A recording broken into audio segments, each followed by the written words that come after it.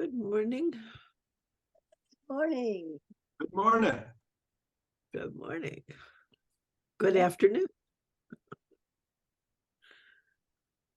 Yeah, we barely into the afternoon. So what's it like in Georgia this afternoon? Well, we're getting rain first time in about 3 weeks, maybe a little more.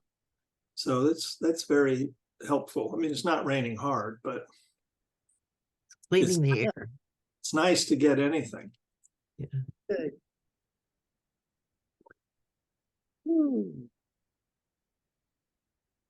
I've got an electrical question for you, Robert. My desk lamp keeps going off on its own. When it goes off on its own, I turn it back on and it turns on. And then after a while, it just turns off on its own. What kind is it? I mean, what bulb? What's the light source? The light, okay. Is it neon? Is it what? Is it a neon light or?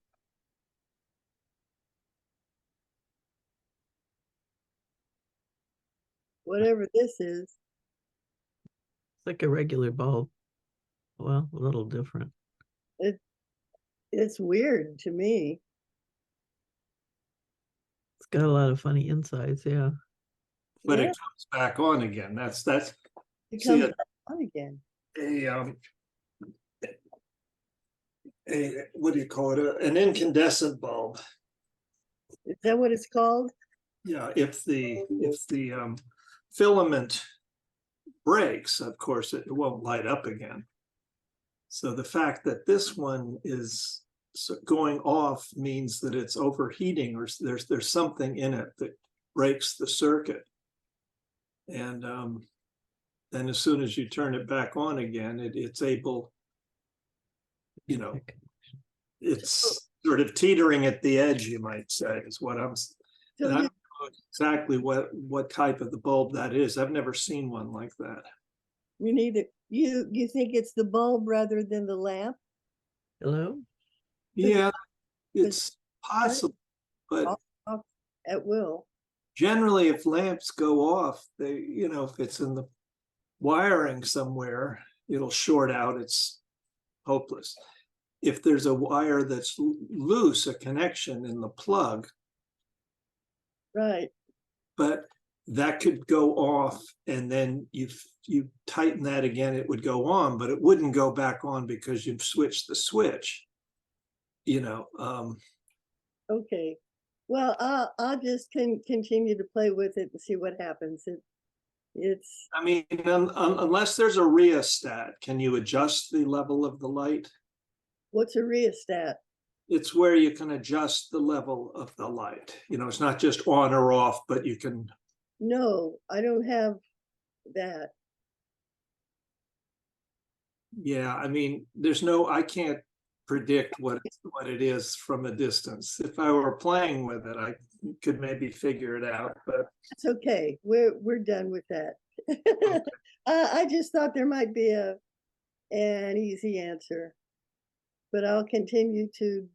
no, I've gone through all the questions, things that I would, you know, immediately suspect. Okay. Well, it's staying on for right now, so. Yeah, what's up with you guys? Well, I had my birthday yesterday. Well, happy birthday, Robert. And so been sharing it with friends. Had a friend from New England. Well, I mean, she lives in Vermont mostly, but she's been a New Yorker. Her husband still works in New York. So she's sort of a New Yorker. But anyway, she was headed down to Miami. So she stopped off for the night and then went on yesterday afternoon, went on to Miami, and her birthday is the same day. She's 3 years younger, but you know, it's we've shared our birthday together at times. and a lot recently, every year. Nice. Yeah. Happy birthday. I forgot. Yes. Yeah. I was pretty much involved in my own yesterday. So that's where my mind was. Right, yours is November 9th as well. Yeah. So yesterday was a birthday day. We started out early. We had Lebanese coffee. I posted these beautiful pictures on Facebook. I don't do food photographs much, but we had this lovely coffee with these little gold cups, sort of, tiny gold cups with the saucer or the pitcher that you pour the coffee from because they make it.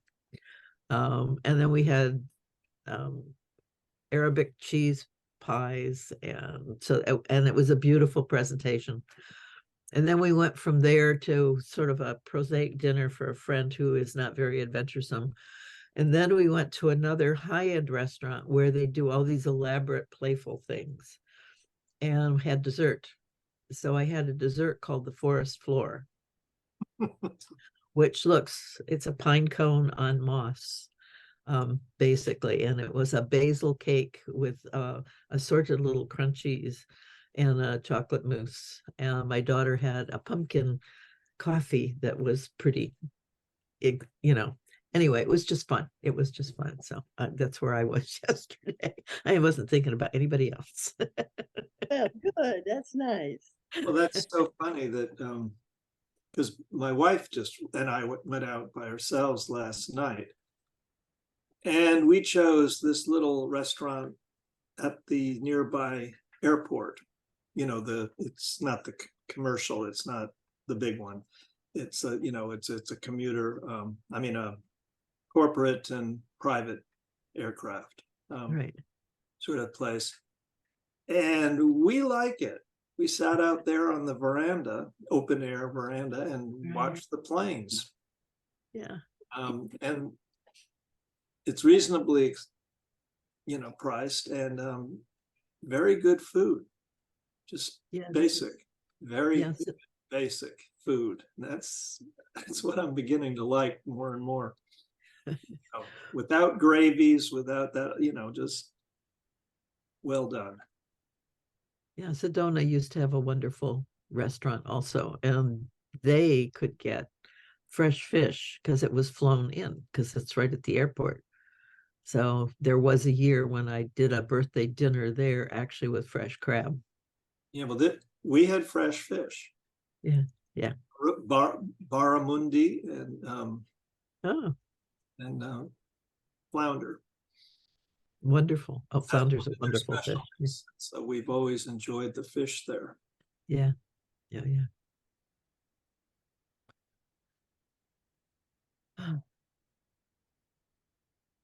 So what's happening in other aspects of life?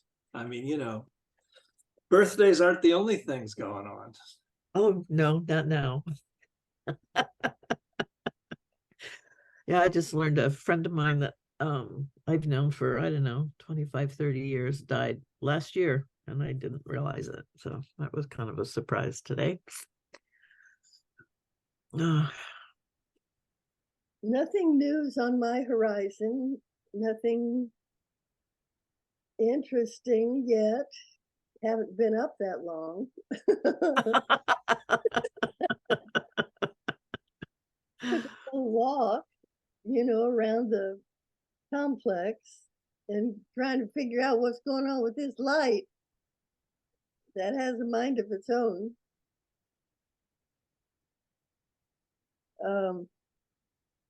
I don't know, it's kind of blank. I was on today with Humanity Rising, and they were talking about conscious leadership. Oh, But right. what was interesting actually is the tension that was brought up today between all of the good things we're trying to do as conscious leaders and the reality that we're still immersed in real situations like Gaza and Ukraine, and having to be real with those which may not look like our ideal intents with conscious leadership sometimes, that to feel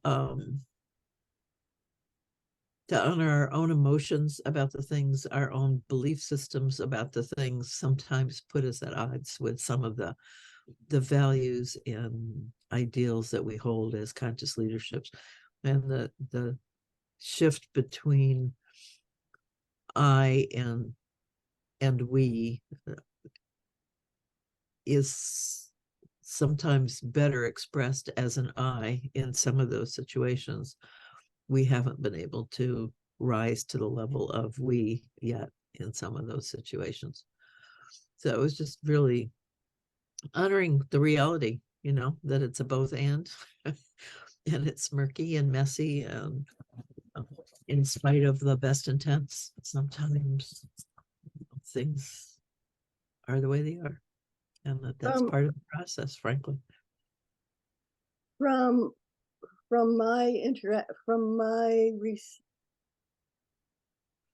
my delving into Humanity Rising yesterday, I took notes like the collapse of American primacy, that 500 after 500 years we're experiencing the collapse of American primacy as new China, Russia, India, Iran, Saudi Arabia, South Africa, Brazil, Argentina, are kind of joining new kinds of coalitions. Mm-hmm. And that's really interesting. Yeah, it's going to change the dynamics. Yep. Yeah. And humanity is teetering on the brink of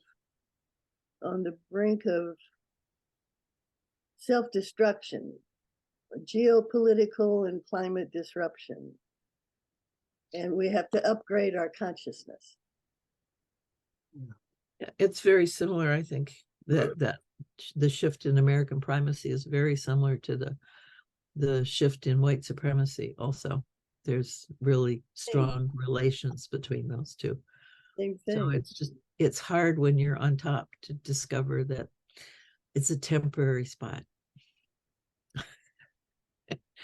And it's just hard, What do you mean hard? It just is. What do you mean hard? I mean, well, when you're used to being on top, to suddenly discover there are all these things that you took for granted that you can't do anymore, or shouldn't do, or aren't working the way you used to have them work, and that you have to be different. It's who's the you you're talking about? Anybody, any state, any culture that thinks they're the best and on top has a point of discovery where they're just part of the whole. And that's a big shift. Yeah, well, that's us. Yeah, absolutely. Yeah. Yeah. In lots of ways. Yeah. Yeah. So it's a hard time for people who really, that was who they saw themselves as. And all of a sudden we're not. And this myth that we're the best in the world, and yet we have something like the fifth worst healthcare system. More people die here in childbirth than they do in Ethiopia, kind of thing. It's like, we're not where we thought we were at all. But we still carry that illusion, that image. A lot of people do. The other primary principal fact from yesterday was the fundamental nature of our reality is based in the fundamental nature of our physical interconnectedness with everything. I mean, our interdependence as living organisms, and how our cultural mind handles that.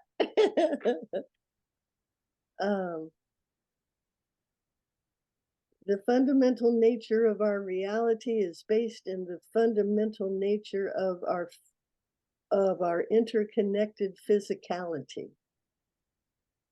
We breathe the same air. Yeah, but we don't notice that. And even today, Tom was saying how we need to be more giving, more loving, all of that. And there's truth to that, but we also need to be more receiving. We don't receive well at all. And it's the receiving that puts us within the web. The giving can put us outside of the web. It makes us better than, bigger than. We're the capable ones instead of the receiving ones. So we're part of it. And it's the receiving that puts us back. And unpack that. At what level? What do you mean?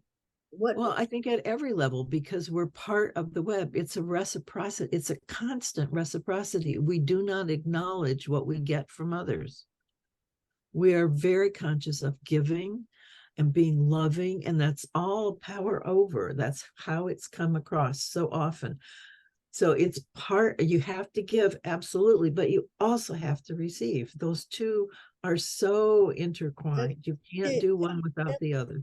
Let us see what you're saying. Give examples. What do you mean about we're so poor at receiving? You're absolutely right. Well, let's look at Israel and Palestine. What do the Israelis get from the Palestinians? Where is the reciprocity there? Because it is there. They don't see it at all.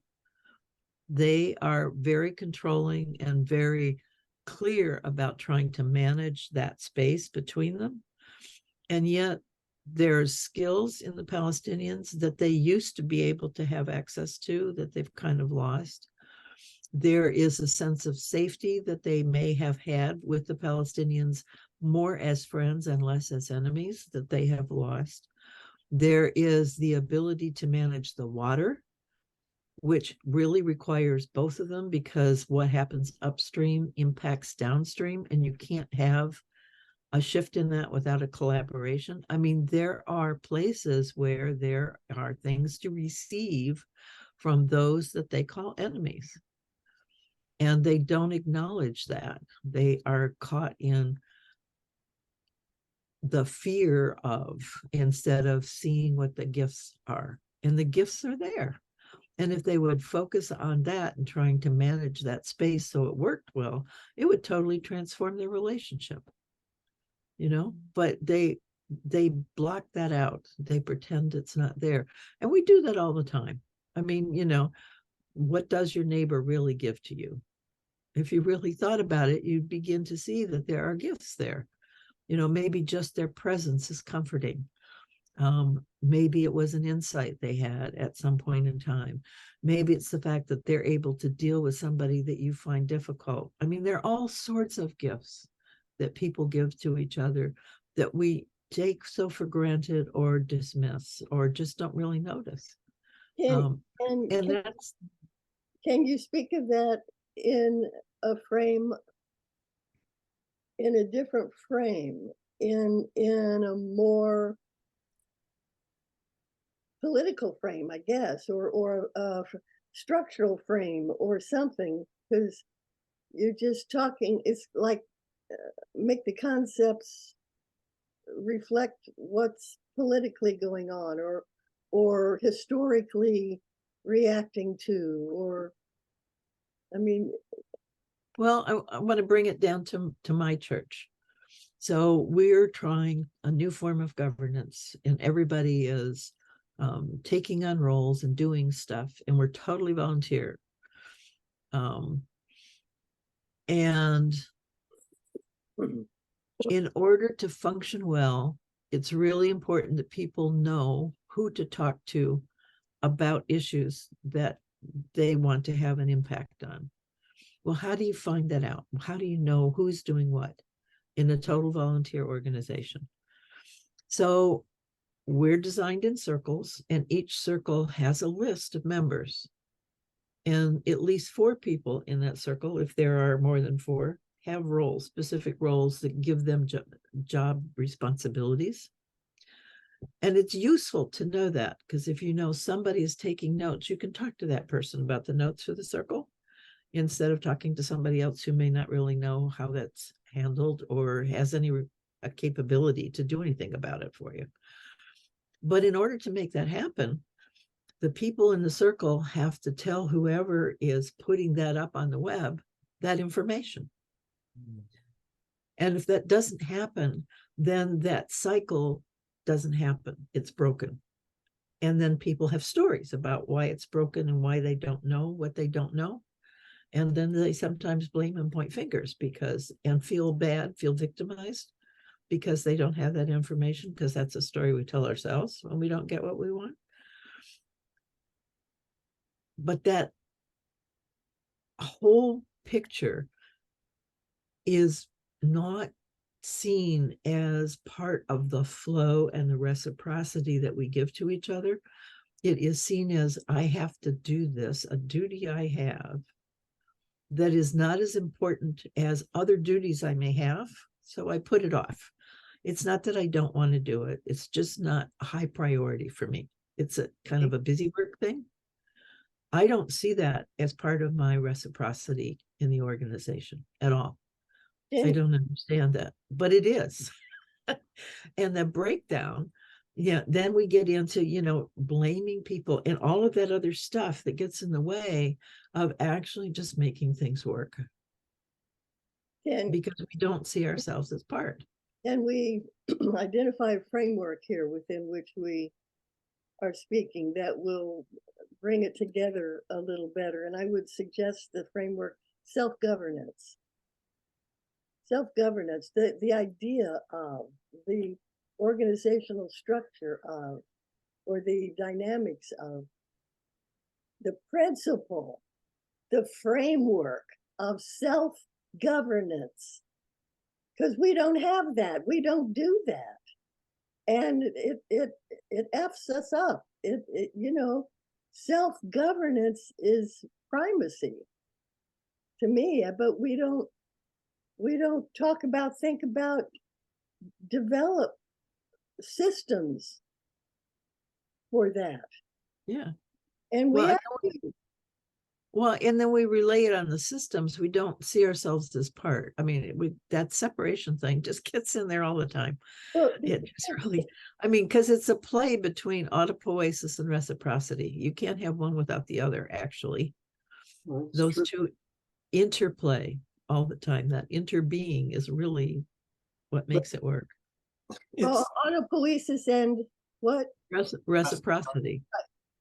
But I think we're dealing with something here that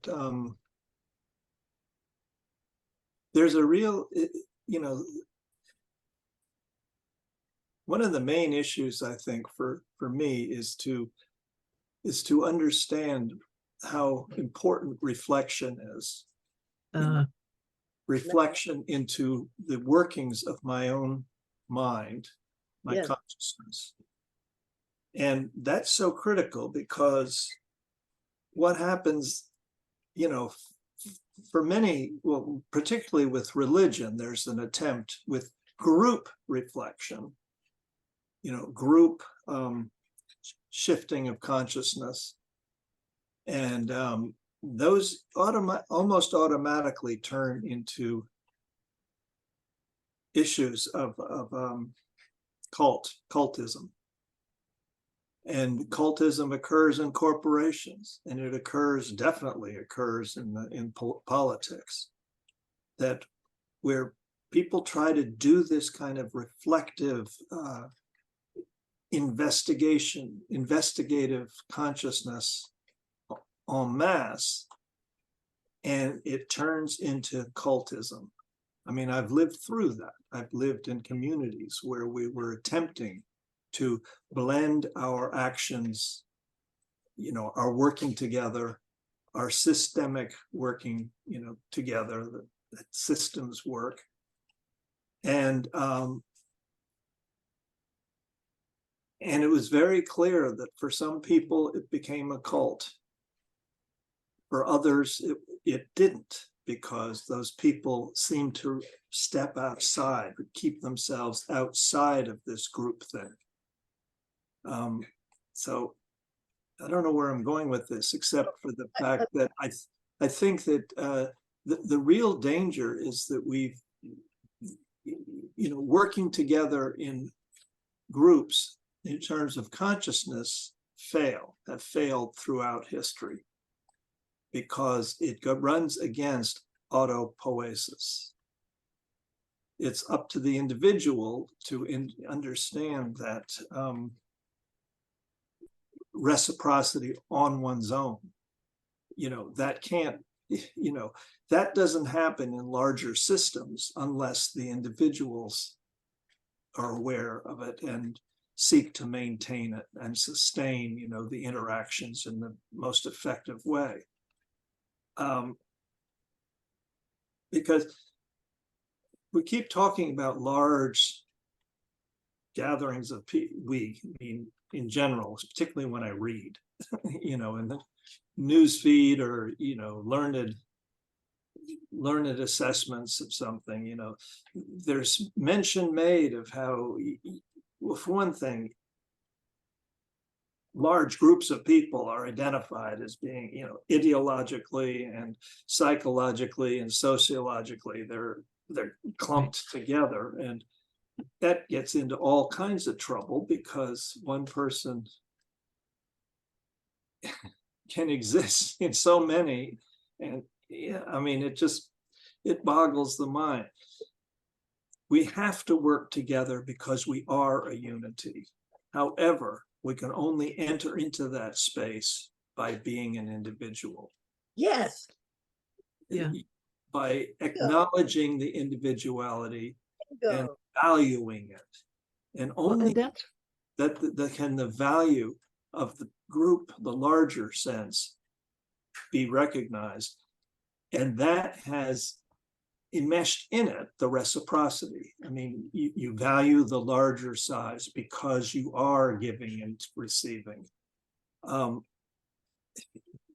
Sorry, but I think it all extends out of that individual rather than being a bad thing. It's absolutely critical, but it then immediately leads to, if it's properly nourished, that individuality leads to a complete acceptance of the whole, and realizing that as a human entity, there is an individual entity, which we could call, the body of humanity, that works together, as people say, works together like the body that I have, that has different cells doing different things, and has, 75% of the cells aren't even connected to me by DNA.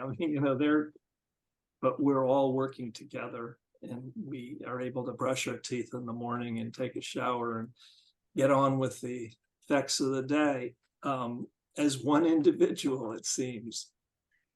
But that is a collective. Well, humanity is a collective as well, but we're fighting. As you were pointing out early, we're not realizing honoring what each part of the system is doing. And, I don't know how to be more specific about it, because I've lived in groupings that were cults, and there's no better word to describe what's happening, in the politics of today. Right. And the economics of today, capitalism. Wow. Unless you're giving into the cult of capitalism, you're seen as, either totally out of it or dangerous. So, it's, someone help me out here. Take this further, because I'm kind of at the end of what I had to say. What I got from the insight I got from what you said was the fact, and you can check me out on this, that integrity actually lies with the individual. That's where you get where that hit comes. This isn't right, and so that's that's why the individual is so important, because you have to stand up as an individual for that integrity. Beautiful. And you're doing that. I mean, integrity is about us. It's not about an individual. You can't be in integrity all by yourself. You're in integrity in relationship. That's what makes it happen. So those two things are just there. And when you stand up as that individual, then the reciprocity is bringing the group back into that integrity and that discussion that makes that happen. That was just really brilliant. I think your understanding of cults is really, really useful in that. Ani, what was you had a hit too?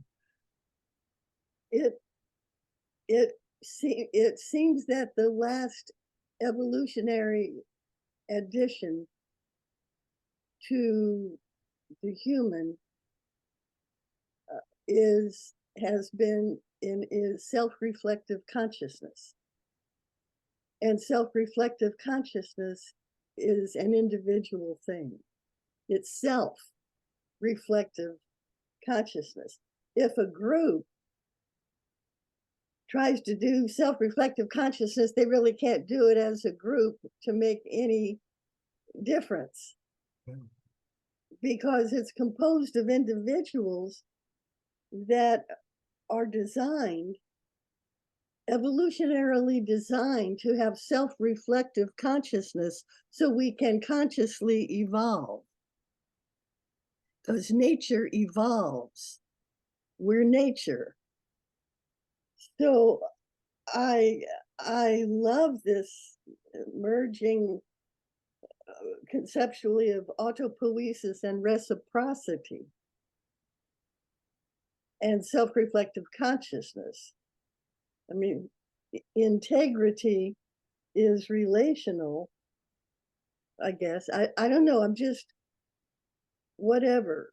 Autopoiesis and reciprocity and self-reflective consciousness. There's something woven there that I want to understand better. Well, maybe I can, yesterday I was in a conversation with some friends and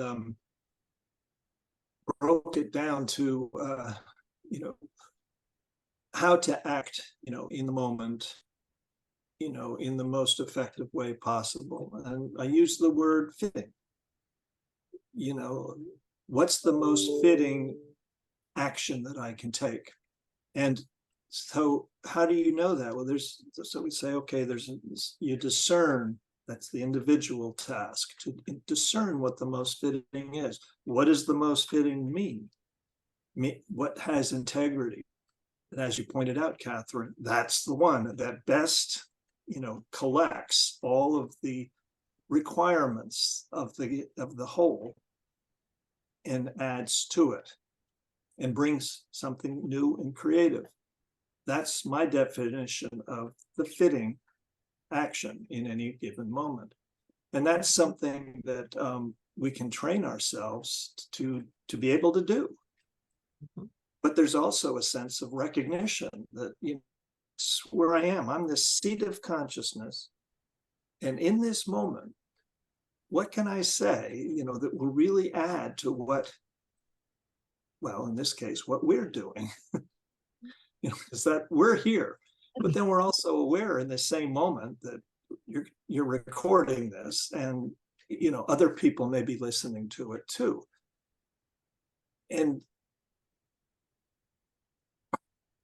we're all three building a consciousness that then blends out with other people further and there's a radiation from what we're doing, and that's always true. And so what's the most fitting thing is that's just my way of describing it. And so yesterday we really got off on that. I mean, people had different words, and we worked around that and how it worked for different people. Well, of course, good. It works differently for other people. It's the only way it can happen. We're all very different. So, I mean, beginning to feel like there's really something focused here. And I do say there is a focus of consciousness that is in here alone, and it is absolutely related to the focus of consciousness and everyone else, and you could say all of nature as well, much beyond my understanding of that. But everyone else, every other human at least. And but it comes to a focus that's very particular. It's individual in me. And that's how I've been exploring what this, this dichotomy of the I and, well, thou is not appropriate, but the I, we, that dichotomy. Because they're both but at any given point, I think I can only think of one at a time. It's by linking them together that I start to be conscious of the reverberations outward from. But you know what I'm saying? There's just I'm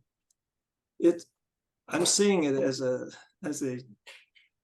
duty, a task that is mine to do, is to be clear about this in whatever I'm doing, and with increasing success and alertness. I'm kind of wondering about one of the things you said, because you said groups can't self-reflect, they become cults.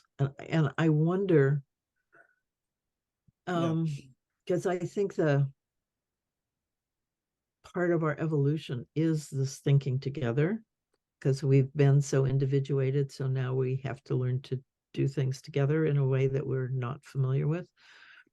So I wonder if it's possible for a group to self-reflect together, to think of itself. I mean, part of self-reflection is, what do I contribute? What have I, both positive and negative, really being kind of conscious of that or noticing it. Is that something that a group can do, to say together, how are we effective? How are we not effective? How are we creating the problems we're facing? What's our contribution to this? Is that something that a group can do? I would also wonder, in a cult sense, is that the loss of individual integrity, because people give up their responsibility? They don't feel they have the right to claim their self. That the agreement in the group there is that we don't have a self. We all bend ourselves to whatever the group has decided, and that interferes with the integrity that is so inherent here, that has to be here for the group to have integrity. I did an experiment years ago, which might be very appropriate to mention here. This was at one of the communities that I was living at, and I was one of the construction leaders. And one day we had to tear down an old house.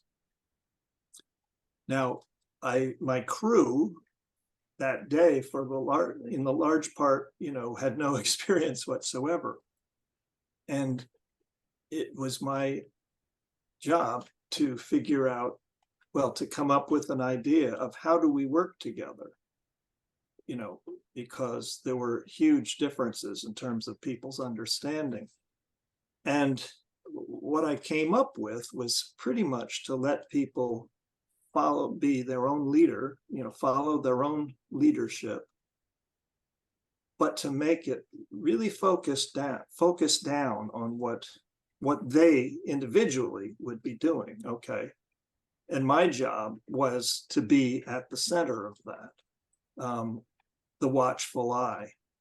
For instance, if someone, was about to smash into an area where I knew there was had been electrical current or live water, or glass, danger, it was my job to make sure that I could head that off. But otherwise, to let them freely proceed in a certain quadrant of work. And it was pretty free form. and everybody really enjoyed themselves.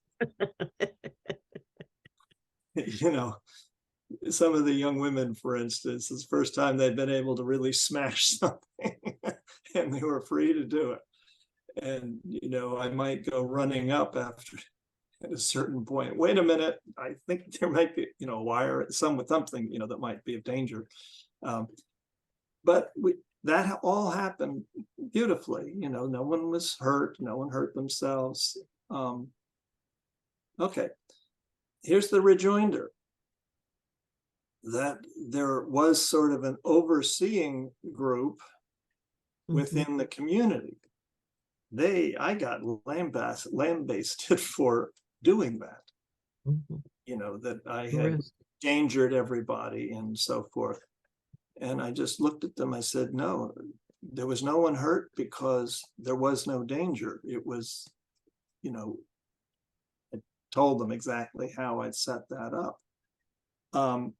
I was not surprised that there was no one hurt, for instance. And that's, I think, reflects the difference between, you know, real groupthink and allowing people to work as a group, doing what they discern to be, you know, the most, you know, the best way forward. Anyway, that's always been a strong example in my own mind that, you know, it does work if people are given the information they need in a setting where the responsibility, they understand the responsibility and the dangers, but let them go without trying to coddle, you know, I mean, you know, be overly protective, except being totally alert. You know, some part of the focal point, you know, of this operation needs to be always aware and, you know, figuring out, you know, where the dangers may lie and where something might open up. And there are good people who do that very well. They could be in that position. But you see, one of the main points is that people really were enjoying themselves. There was joy within the work. I mean, I think the music was playing loud, and, you know, I mean, there were things there, of course it does at almost any construction site. But, you know, I don't think you can have joy when there's just too much of an overlay of control.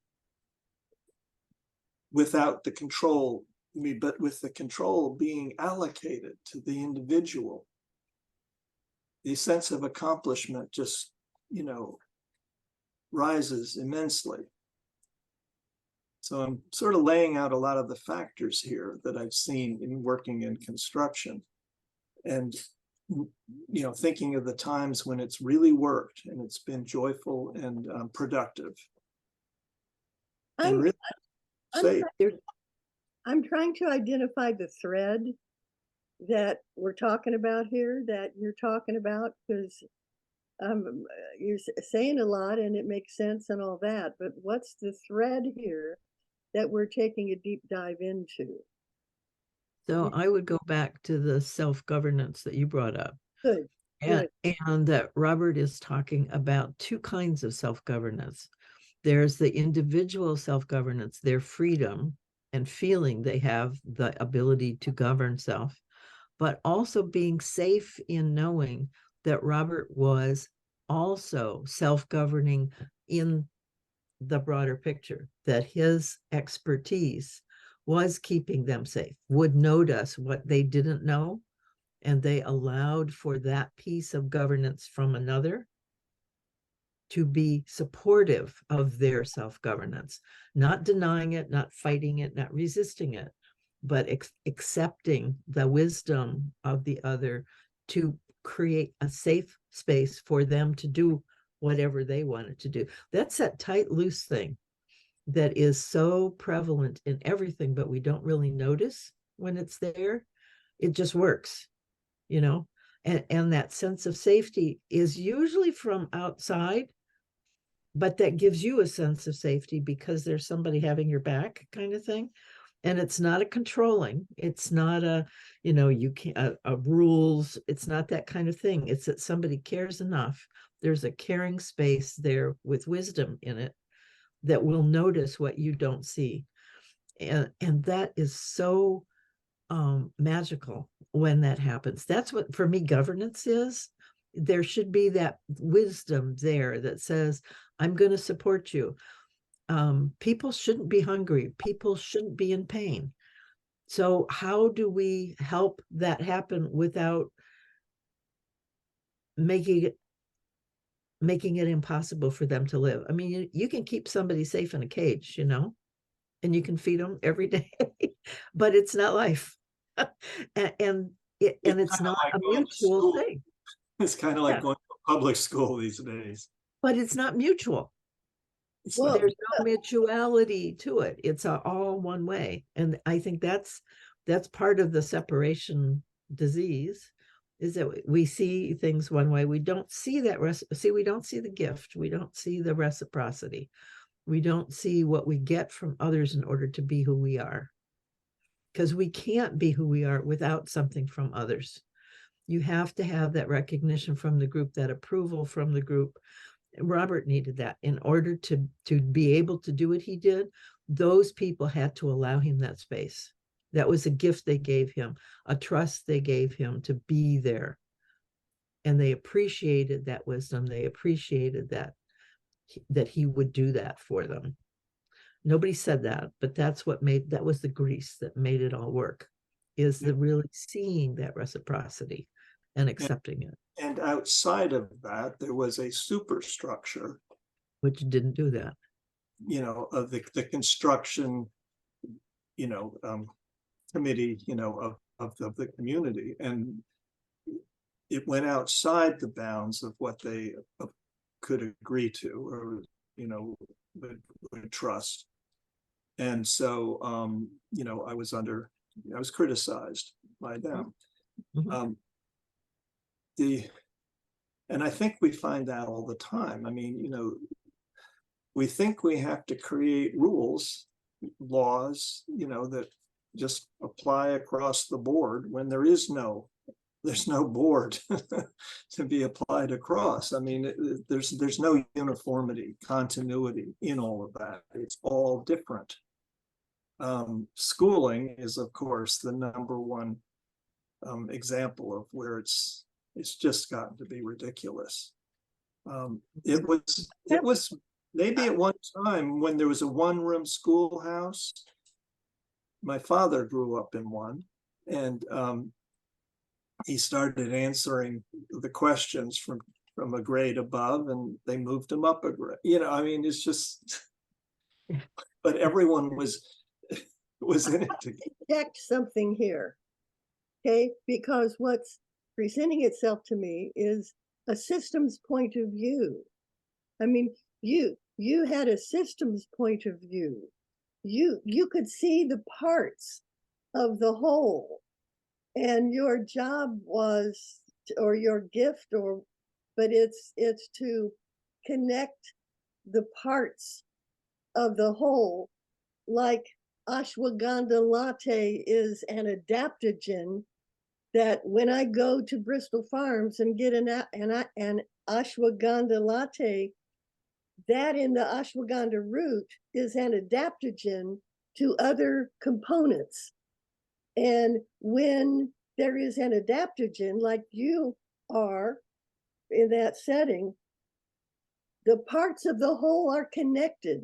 When the parts of the whole are connected, the intelligence of the system turns on.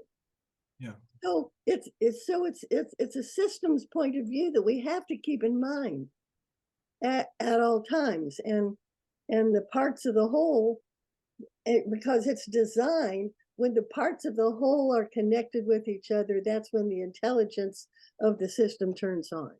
Thank you for that. That's Yeah. Those are words that I hadn't really been able to connect to my story. And And I think it's very true. And you can look at other systems where there are non-adaptive rules and regulations, that the system itself becomes calcified and simply is not immediate, is not adaptable. Yeah, I mean, that starts, there's a living system or a calcified system. And so keeping in mind a living system, I'm not sure, I mean, there has to be coherence of the parts. Mhm. And you have to have a systems point of view to even begin to have coherence of the parts, to recognize what the parts are. And each of the parts is self-governing somehow. Yep. Because it's Yep. a living system. And we have to remember self, integrity, governance, and that we're just parts of the whole. I mean, we're self-governing parts of the But whole. you still have to have the overview, and Robert held the whole. Yeah, there has to be the overview. Yeah. And you might say somebody that lives at the nexus of the Venn diagram. I mean, you know, that's where you're observing from, whereas the others can be trusted, you know, to regulate what their individual part requires. Yeah, I mean, But that can change. That's the wisdom of medical response teams, where the team is composed of experts in different things, and they go to a situation, and whatever is presenting, then that person has the whole in from their perspective. And if the situation changes, then somebody else comes up because they have that whole in from their perspective, and they're able to just allow that to happen. Nobody sits there and says, oh, by George, this is your turn. George just takes it because George can see that that's his spot, Right. and just does it, you know. And the whole is the health of the patient. Whatever is required at that particular point in time, they can balance that. Yeah, that's part of that tight loose stuff. Yeah. well, and I must admit, Fun. this community that I lived in actually was flexible enough to do that a lot of the time. Yeah. You know, I mean, in vastly different areas of interest. You know, singing. You know, the whole chorus. I mean, there were many different choral, you know, groupings. We love to sing. You know, that sort of thing. To the construction, to, you know, the teaching of classes. You know, food. I mean, the food was just this. You know, you always knew when Sandy was cooking because there was always a lot more dishes than right. You know, but we loved her food. And then, you know, one of the other guys, there was a male chef. I mean, he was different, and we all got along. You know, we knew each other's frame of reference in that way. Yeah. Sandy always made a lot of pots and pans that we never looked forward to washing those, but but she made a lot of great Latin American food. Could I just give a review of Yeah. what we've been saying, just in words? That okay, autopoiesis and reciprocity. Autopoiesis, self-making. Reciprocity, the exchanging. And self-governance, so the parts of the whole being self-governing, governing. A systems point of view, being able to see the parts as a whole, and adaptogens, whatever, yeah, you know, like, which is, I mean, something that connects the parts of the whole and makes them work together as one. I mean, I'm just trying to paint a systems view of a self-governing, autopoietic, self-making, reciprocal exchange. I don't even know what I'm saying. I'm just bringing in the words and weaving it into coherence. And then the system is coherent and healthy and well and functioning. What I'm hearing in what you said, Ani, has to do with, I want to say, awareness of each part of both itself and the whole. And if you abdicate either one of those, it doesn't work. Good. So every part has to be aware of its own self and its contribution, and aware of the value of all the other parts and their contribution to the whole. And we're often blinded. I think that's that lack of trust that we often experience is because people just don't see who the other person is. They don't know how to know that the other person is capable in a situation. And so you get into micromanaging. Oh, have you thought of this? Well, yeah, of course I've thought of this, but Could we focus on the word trust for 1 minute, because that's essential. yeah, Because you don't have trust until I couldn't trust anybody until I learned to trust myself. yep. So self-trust is essential to the well-functioning of any group. Not trust in somebody external to you. I mean, It's a both and. It's both and. Because I'm a component of the whole. Yep. And I cannot trust that which is outside of me unless I am centered in my own beingness and contribution and some kind of way, and trying to be compatible, and reciprocal and self-making with the whole, because we're all parts of the whole, whatever configuration we're in with other people.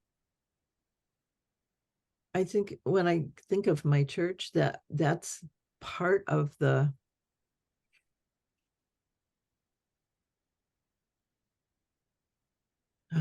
confusion learning situation. I'm not sure what the word is. Challenge. But well, I'm not sure that everyone is equally committed to making the church work as other people, that some people are more committed to that than others. Others are taking it for granted that it will happen. They don't really have, they're in something that will hold them, and they can do stuff or not, and it'll still continue without them. They don't see how integral they are, and they're committed to their life, and they kind of do church on the side. It's not a focus. And they feel like if it's a focus, then they can't do anything else. And so there's that tension between, how do I care enough to do what needs to happen here and still manage the rest of my life when I feel pulled by 7 different things. I have 2 projects over here and this over there. And I do church on Sunday, I forget the rest of the week. It just really comes alive for me on Sunday. So there's that's, I think, part of the conundrum of modern life. There's just no blame. It's just how we are, how we've designed our space. And we run up against those things that don't work, but we don't understand the whole picture of why it doesn't work. We don't understand, first of all, the principle of self-governance. We don't understand the dynamics of reciprocity. Yeah. And we don't understand integrity and trust are an internal dynamic in integrity and trust, because I cannot trust anything until I trust myself. I learned that. I know that. Well, and I can't trust others until I actually see them show up. So when they don't show up, then my trust in them is diminished. Well, but forward motion, well, I just think there's a primacy of self-trust. Oh, no argument there. No argument there. But I mean, maybe one of the things I get into is because I do trust myself, I have this assumption that other people are going to be like me, and this expectation that they're going to be like me, and they're not, because they have other things in their life that pull them away from what we're both involved in, where I can be in really focused and intentional, and I can carry that through the week. Others can only do it occasionally. And So there are all these holes, the expectations that aren't met. Diversity is vital. I don't want everybody to be like me. Well, that's not the point. If we're in a shared situation, I mean, back to Robert's story, if somebody in that group was really not thinking about taking down the house, they were really having their mind on their relationship with their parents because their parents were sick, and that's really where their mind was, they're not really going to be focused on what that is.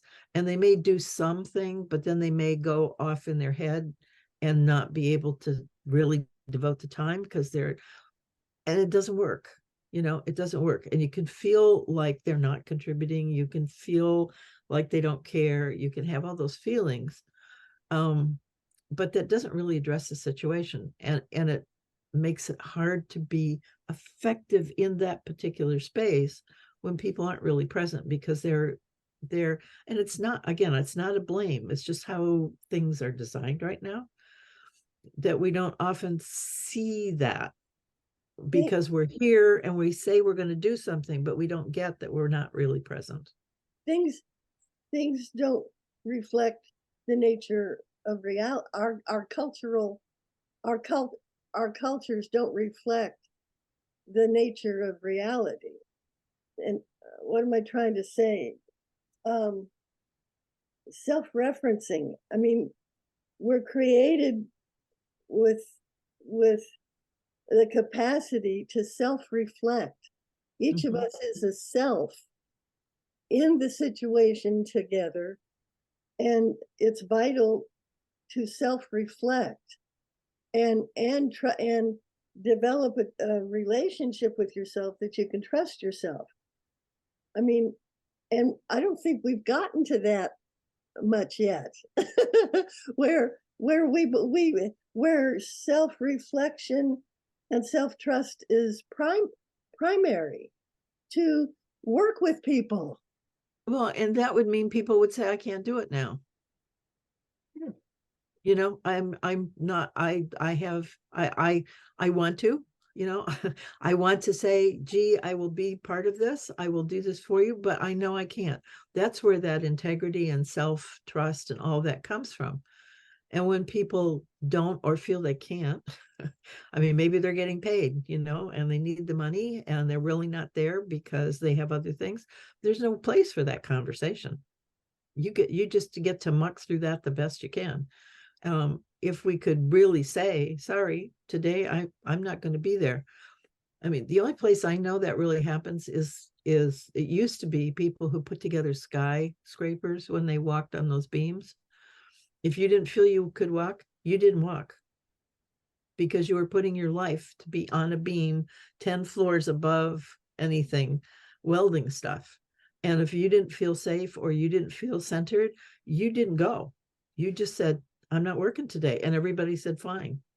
But so rarely do we have that option, The larger frame of us here, to me,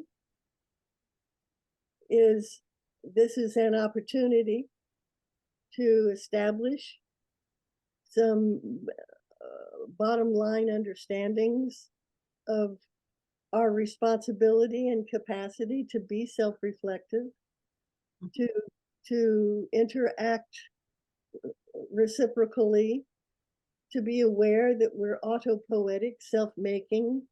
I mean, if we can create a frame, which we're trying to do, I mean, a frame of self-reflective consciousness of, I mean, it's hard for me to put together all the words to say what I'm trying to say from a systems point of view. But that's what I'm trying to do as a model for what works, because we're made to work. We're made to work. And as we open our minds and allow, I don't know, allow patterns to, I can't take it any further in this moment. But having a systems point of view, realizing I am a component part of the whole, wherever I am, and if it was just me in my body, we have the capacity. We have the capacity through self-reflective consciousness, through being an autopoietic, self-making being, through being an actor in relationship with other people, with reciprocity, this give and take of what we have to offer.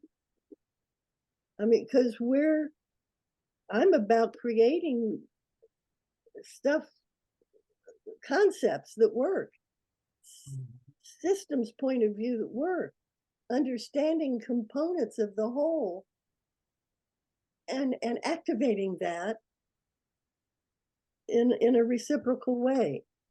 I have no idea if I'm making any sense at all. Well, I would summarize a little bit here for myself. What we're talking about is that the individuated creative urge is allowed to flourish in every person that we're involved in. And that means you have to receive what they create. You know, each one in this system, this grouping, needs to receive what's being created. You need to trust one another. They need to give space, but on the other hand, realize that when I have something to say, I say it directly, to put it out there, not to hold back, looking at the proper timing, of course. But, that's the sort of interplay that comes out of what we're talking about. And we've all been, I'm sure, in situations where that has happened, and it's magical. Yeah. That people are working, this happened a lot in construction. We'd have a day where just amazing things were happening, and it was accompanied by, well, I call it joy, but crude jokes, because that's when we're younger. The guys just shooting nails at each other every once, but just play. Yes. with control. That was all part of it, and the camaraderie evolved out of that. But things really got done, and solutions were found.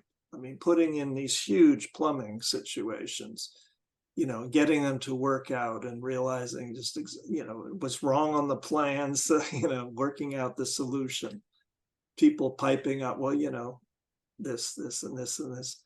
On days when it wasn't working, that kind of situation would stop everything cold. On ways when it was really working, we'd be jumping on top of each other's comment, not jumping at it, but with it, and till suddenly there was the solution, and it was clear to everyone at once. That's the kind of ways that I've seen it work. And I can imagine humanity working as a whole in that way.